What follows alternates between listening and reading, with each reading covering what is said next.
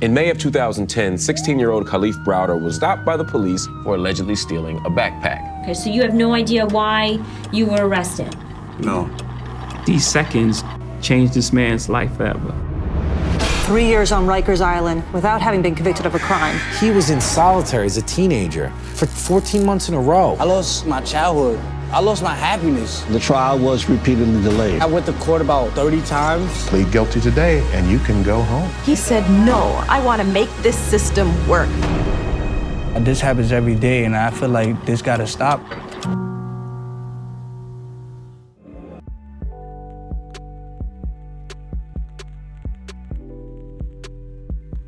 Hello friends, it's Loma here, otherwise known as Lomalicious, Lomita, or Momo. My grandson calls me Momo, and you can call me Momo too. I'm a proud grandma, so call me whatever you want. Okay folks, let's get right to it. Oh, and I'm really excited to share with you, this is day 7 of my Black History Project, 28 movies in 28 days. And today is Pajama Day Sundays. I really needed these warm, comfy pajamas today because it's cold outside, a lot of snow, and the docuseries I decided to watch today was the Kalief Browder Story. So it's called Time, the Kalief Browder Story. It's available on Netflix, and let me tell you, it is a tough one. Get your Kleenex boxes ready, try to control your anger. But every time I watch this, it angers me to the core. So I'll just give you a brief synopsis because I don't want to give too much away unless you've already heard of it. But basically, it's a story about a young man, a 16-year-old, who was accused of stealing a backpack, allegedly stealing a backpack, and being sent to Rikers Island. He's never charged with the crime, but he ends up staying there for 3 years. What he goes through is hell on earth, and it's torture. This is a tough one, and I just get so angry every single time when I think about stories like this, because a lot of people don't believe it. I'm tired of people assuming that when a young black male is shot by police, or an unarmed black male is shot by police or killed by police or killed by a civilian, that they were a criminal and that's why they were targeted and that's the reason they were shot. It just pisses me off. Anyway, Kalief is not shot here, but he is accused of a crime that he didn't commit. And once again, a poor young teenager is in jail in Rikers Island, one of the worst jails in the US. As Kalief was 16 years old, and I have a teenager, actually adult now, 19, but still a teenager. Their frontal lobe isn't developed, and neither are these kids, right?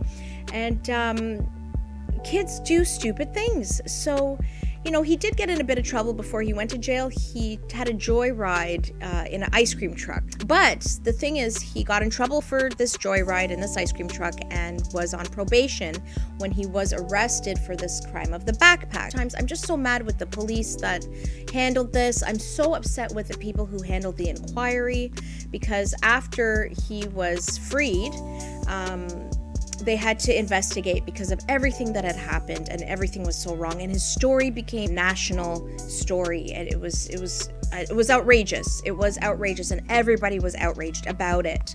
But it's just such a tragic thing, and I feel for his mother and his siblings. These are human beings, and I'm just so sick of the stereotypical thing that people think or say whenever they see a young black male maybe get into trouble, or if they are killed.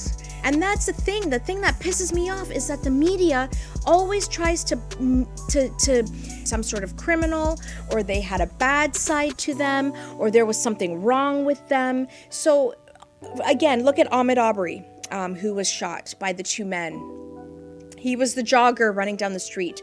Oh, he was apparently walking in a construction site, so they thought he was stealing. Oh, and stories about him that there were robberies in the neighborhood, or there was something else about him that could have been fishy, or maybe he had or there was something else about him that could have been fishy, or maybe he had gotten, anyway, I just cannot, that angers me so much. And when George Floyd, the thing that angered me to my boiling point was when, we watched a man die in front of us.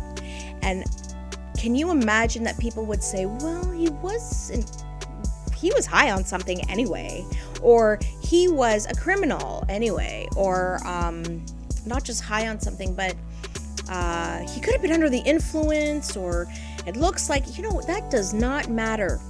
None of that matters.